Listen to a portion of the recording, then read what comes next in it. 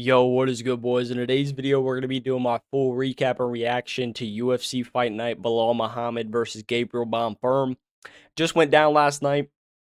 It was a pretty good overall little fight night, okay? It wasn't the worst fight night, but it definitely wasn't the best. We only had a total of like 3 knockouts on this whole card. We had Iwa Baranuski, which we'll get into him. Alexandro Costa, he got a knockout.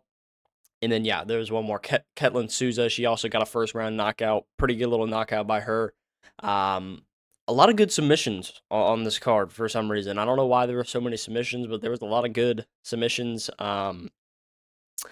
So we're going to get into all those. I wouldn't say it prepared us just how I wanted it to for the White House card, okay? I wanted it to really warm us up for the White House card, but it was kind of a stinker. Some of them were. The main card was actually really good, though, in my opinion. So we're going to get into those fights. There was a lot of back and forth scraps on this card. Um, so, yeah, let's get straight into it here. But if you haven't already and you're watching the video, go ahead and like it. Subscribe to the channel. And drop a little comment in the comment section. Tell me how you did on picks and shit like that. We're going to get into something on the Bryce Mitchell fight, okay? We're going to get into it, okay? I had something go down with the Bryce Mitchell fight that I'm very pleased about, okay? Let's get into our first fight of the night here, though, or on the main card, I guess. First fight of the main card. We had Iwa Baranuski versus Junior Tafa. Very quick one here, okay? Only a minute and 25 seconds. I did choose Iwa Baranuski to win by submission. He gets it done by TKO instead over Junior Tafa here. He comes out, he's landing a couple of punches. He only lands a total of like 6 strikes, I think. And then he lands a calf kick, okay? And you can see the reaction of Junior Tafa. He ain't liking the calf kick, okay? I guess this guy just never learned that you're supposed to, check the kicks instead of just eating them like it's a fucking double cheeseburger, okay? But he gets hit with his second calf kick here and it fucking spins his ass around, okay? Spins his ass around, drops him. Iwa Baranuski goes in for the kill, fucking lands some good ground and pound there and finishes Junior Tafa in a minute and 25, okay? Like I said, not really too much to talk about, as you can see here. 6 strikes total for fucking Iwa Baranuski. Zero strikes for the blob Junior Tafa, dude. Poor Junior Tafa. He's definitely getting cut. I think that makes his record like 7-6 or something. Brutal fucking record.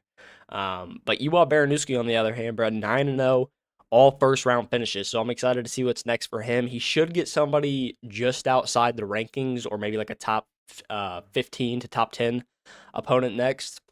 Because I really want to see him go up against some better competition so that we can see, you know what I'm saying, the fucking second and third round. How does he do then? Over a longer fight, because like I said, all of his fucking, I think his longest fight time, they said, was like a minute and 28 seconds ever. This guy's the fucking Tom Aspinall of light heavyweight, okay? Super impressive win there by Iwa Baranuski. Good job capitalizing on the calf kicks after he got that first reaction from Junior Tafa. So good win by Iwa Baranuski. I would count that as a right pick, okay? Because I did choose him to win. I just chose him to win by submission. All right. On to the next, though. We had brother Bryce Mitchell versus Santiago Luna. What a fucking domination. Send him 2-3 years Arkansas and forget, brother. Bryce Mitchell, dude, coming out. I guess he's a fucking daggy now. Kind of the same performance that he had against Said Nurmagomedov. I would say this one was a little bit more dominant. Round 1, he comes out, shoots a takedown, or does he shoot a takedown in round 1? Actually, no. I think he like Santiago Luna. He kind of trips, and Bryce Mitchell gets on top position. Doesn't really do much with it. Kind of just wet blankets Santiago Luna in the first round. You could see Santiago Luna. He's kind of he's trying to stay active. He's laying out a bunch of strikes from bottom, bunch of elbows, short punches to the body and the head. Bryce Mitchell, he didn't really do much until the end of the first. I did score this for Bryce, but I mean, you could have scored it for Santiago Luna as well based on damage. Because Bryce Mitchell, he didn't really do much, okay, in that first round. He kind of opened up there at the end. He landed some big ground and pound on top. Excuse me. Landed some big ground and pound on top at the end of the round, but didn't really do much other than that. Second round comes around. He gets another takedown, kind of the same thing, but he's working a little bit more now. There were some good scrambles in this round. And you could see Santiago Luna, even though he looked fucking shredded, he looked yoked. Um, he started to look a little gassed come the second round. Bryce Mitchell, he's starting to go for some submissions now. As you can see, 2 submission attempts. Some good scrambles by Bryce. He ends up on top position. I think he ends up on the back a couple of times in this round. Um, but yeah, not really too much there. I think in this round as well, he was trying. There was a little bit more action on the feet. Dude, Bryce Mitchell looked good on the feet, dude. People forget, man. Bryce Mitchell, dude, on the feet, he's no slouch on the feet. Okay, he was sticking in there with Santiago Luna. Santiago Luna, he was landing some good shots. He just couldn't really find Bryce. Okay, which we'll talk about that after we go over the third round. And we'll talk about something else that happened with this fight as well. But round 3 comes around. Bryce Mitchell, he gets another fucking takedown. Kind of the same situation as the first round. Santiago Luna, he kind of like trips, and Bryce Mitchell ends up on top position somehow. I'm trying to remember. I didn't go back and watch the fights, but he comes back in the third round again. He's wet blanketing Santiago Luna, going for some arm triangles. He's fiddling with this arm triangle the whole round, okay? And eventually, Santiago Luna, he's kind of fed up with it. You can see him, he's getting annoyed in the third round, kind of slouching. He's trying to get up, but he's also leaving himself exposed. And then at the end of the round, bro, with about 10-15 seconds left, Santiago Luna, he goes to roll over to his back. Bryce Mitchell gets the back. And then Santiago Luna flips back, okay, back to his back, flips his back to the canvas. And that arm triangle that Bryce Mitchell was fiddling with the whole time, 8 seconds left to go. Our brother fucking Bryce Mitchell locks up the arm triangle and gets the tap from Santiago Luna. Overall, beautiful performance by Bryce Mitchell. Gets himself a fucking submission, which I feel like he needed, okay? I think he was saying this was his last fight on his contract, and they had him in talking to him about a new contract. So this submission was definitely good for him. I feel like if we would have gotten a decision, I would be very fucking worried. With everything that goes on with Bryce Mitchell, if he were to get a new contract or not. But he gets himself a submission, gets himself back in there. He's undefeated at bantamweight now. Overall, just good performance. He didn't look bad on the feet. Most of these strikes that you're seeing as well, even though Santiago Luna did clearly outstrike Bryce Mitchell, it was mainly like ground and pound shots from the bottom for Santiago Luna. As you can see on the significant strikes, Bryce Mitchell had more. He was doing a good job. He was using his side kick, kind of pushing Santiago Luna back, not letting him get close. Can't let you get close. Stomping the lead leg of Santiago Luna. Just overall looked good. Stuck to the game plan. His cardio looked good. And just dominated him, honestly. And was on high alert and ends up getting himself a little arm triangle finish. But the craziest part about this, okay, 5 minutes before this fight started, I'm like, bro, I gotta put some money on my boy Bryce Mitchell, because I this was my most confident pick of the whole card. I don't think I said that in the predictions video, but this was by far my most confident pick. And it's 5 minutes before the fight. Bryce Mitchell's walking out. I'm like, dude, fuck it. I'm throwing $30 on Bryce Mitchell by sub. Gets it done with 8 seconds, okay? Turns my $30 into $150, bro. That's my boy Bryce, bro. Making me $120 on a little Saturday. Submission with 8 seconds left to go, bro. Good shit by Bryce Mitchell. Santiago Luna, dude, he did not look bad. This guy's only 21 years old. I know Bryce Mitchell, he talked about it in the post-fight press conference. Wait, no, post-fight interview. Yeah, bro. Santiago Luna, only 21 years old, and he didn't look bad at all. Short notice fight. I'm excited to see what's next for him as well. Bryce Mitchell, dude, get this motherfucker a ranked opponent now. We need the Bryce Mitchell versus Peyton Talbot matchup now. All right? We need we need fucking zesty Peyton Talbot in there with Brother Bryce. You gonna show him that power of the Holy Spirit, brother. On to the next, dude. One of our 2 scraps on the main card. We had Faraz Ziem versus Tom Nolan. I chose Faraz Ziem to get this one done. And what a fucking performance by Tom Nolan, okay? Comes out the first round. It was kind of, we're not going to go round by round here because it was kind of the same thing all 3 rounds. They're scrapping on the feet. They had a lot of good scrambles. Faraz Ziem, he's getting some high crotches. He was slamming Tom Nolan. But Tom Nolan, dude, This motherfucker is massive. I don't know. Dude, he's the next Alex Pereira. He's the white Alex Pereira. How the hell did this guy ever make 155? How does he do it, folks? Um, but seriously, bro, how does Tom Nolan make 155? This guy's massive. He was picking up Ferocity, slamming him, constantly threatening submissions. Super good clinch work as well. From Tom Nolan. He was landing some fucking brutal knees to the body, good elbows. And even when Faraz Ziem did get that little single leg high crotch, I don't really know what you call it, but it was like a single leg mix with a high crotch, and he was slamming Tom Nolan. Tom Nolan, as soon as his back hit the ground, he was fucking firing 12-6 elbows at the top of Faraz Ziem's head. Super good, impressive performance by Tom Nolan. I think he's what, number 14 now, because Faraz Ziem was number 14. So I could see him. Who could they put him against next? Maybe like a Moicano matchup or something. Might be good if they want to kind of advance him up in the rankings a little bit, because he looked damn good. Like I said, the clinch work was super good. I think he won all 3 rounds. Maybe besides the third, I would have gave to Frosty. Super fucking good performance. There's not really much to say. He had super good clinch work, super good wrestling, super good scrambles. He was threatening submissions, big knees, like I said. Just overall, I was super impressed by Tom Nolan. So good W by Tom Nolan there. And on to our second scrap, okay? Of the main card, in my opinion. We had Brendan Allen versus Edmund Shabazian. Super close fight here, okay?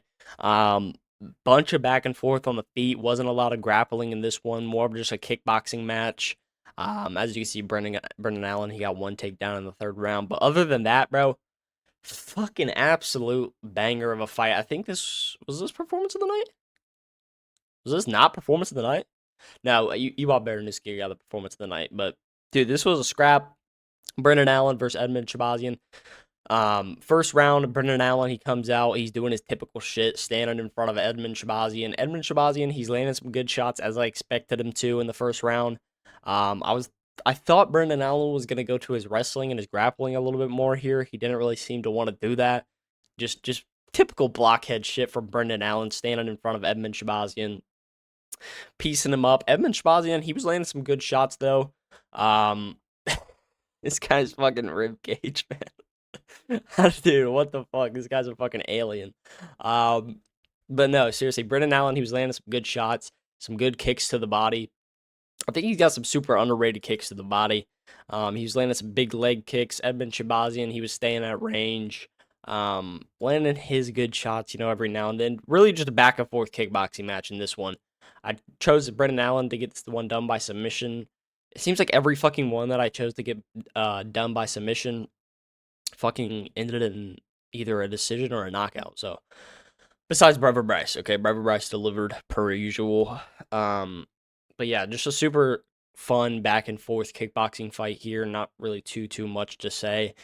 And I kind of just want to speed through this, like get to the main event, because this was the funniest shit I've ever watched in my life. Um, yeah, let's just go straight to the main event here. Like I said though, Brendan Allen versus Edmund Shabazian, super good fight. Oh yeah, it did get fight of the night. Okay, my bad. It did get fight of the night. That was a super good scrap there. On to the next. On to the next though. We have Bilal Muhammad versus Gabriel Bonfim. Dude, I'm sorry. This shit was the funniest shit I've ever watched in my life, bro. Dude, poor Bilal Muhammad getting pieced up for 5 rounds. Gabriel Bonfim lets off an absolute masterclass against Bilal Muhammad. Apparently Bilal Muhammad doesn't wrestle anymore, I guess. I don't know what was up with that. Super back and forth on the feet. Gabriel Bonfim, he was able to stay at range. And dude, it's the fucking takeover of the welterweights, bro. If you're not over 6'1" or over 6 foot at least, bro, you just need to go down to lightweight. I'm gonna be honest. JDM, we saw it in him. Bilal Muhammad, we're now seeing it with him, dude. It's the battle of the lanky bastards at welterweight now. Gabriel Bonfim, like I said though, all 5 rounds, pretty much the same story. He's keeping Bilal Muhammad at range with his kicks, landed some super good leg kicks, super good calf kicks, um, some pretty mean shots. Okay, with the hands, not too crazy. He never really stunned Bilal. Like he never really wobbled Bilal, but Bilal, he was sticking in there. I can't stop thinking of Bilal's face every time he would get hit with a big shot from Gabriel Bonfim. He had the most perplexed look on his face, dude. It's the funniest shit. I was watching the Guru Fight Companion while watching this, and it was literally top 10. No, fuck that. Fucking top 3 funniest fights I've ever fucking watched in my life. Um, just the most perplexed look. It's like, dude, you would think somebody fucking just came up and slapped Bilal in the face. That's the type of look that he had on his face. Um, he was doing good though. Okay, he wasn't doing half-ass bad. He was sticking in there. Um, landing his shots. He was going for a lot of head kicks for some reason. I don't know why that was like his game plan. He was doing the TJ Dillashaw head kick the whole time. I don't know what was up with that. If he drilled that a bunch, so he wanted to try it. I think he only shot a total of fucking 2 takedowns the whole fight, which is just beyond me, dude. Every time I pick these fucking grapplers, it's like all of a sudden they think they're prime Alex Pereira and fucking just want to do a straight kickboxing fight. But Bilal, man, I don't know what's next for Bilal. I think it's time to retire. I'm gonna be honest. I don't see him beating anybody in the top, you know, 5, especially, let alone the top 10. I'm not really confident in him anymore. Gabriel Bonfim, kind of insane that he's a top 5 fighter now. I don't know who they're gonna put him against next. We could do a Michael Morales matchup. Um, I think Carlos Prates, he's waiting on the title shot. So probably not him. By the way, I think Carlos Prates would absolutely fucking sleep Gabriel Bonfim.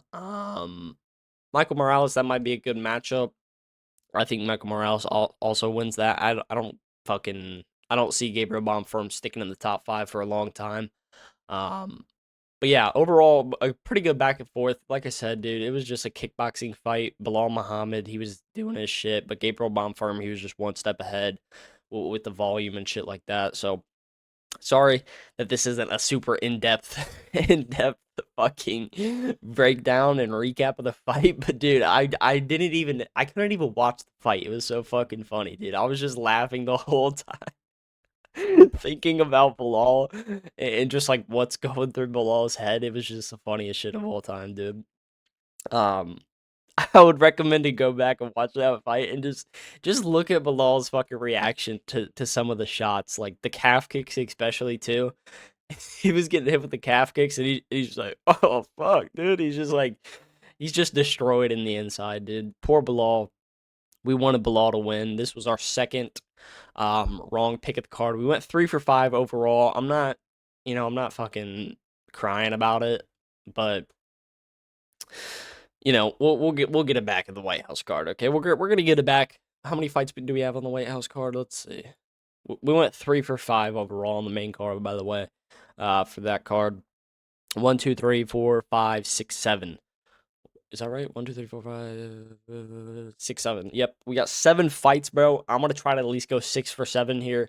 On the White House card, maybe 5 for 7. I would be happy because there's a lot of tough fights to predict on this card. I don't care what you fucking say.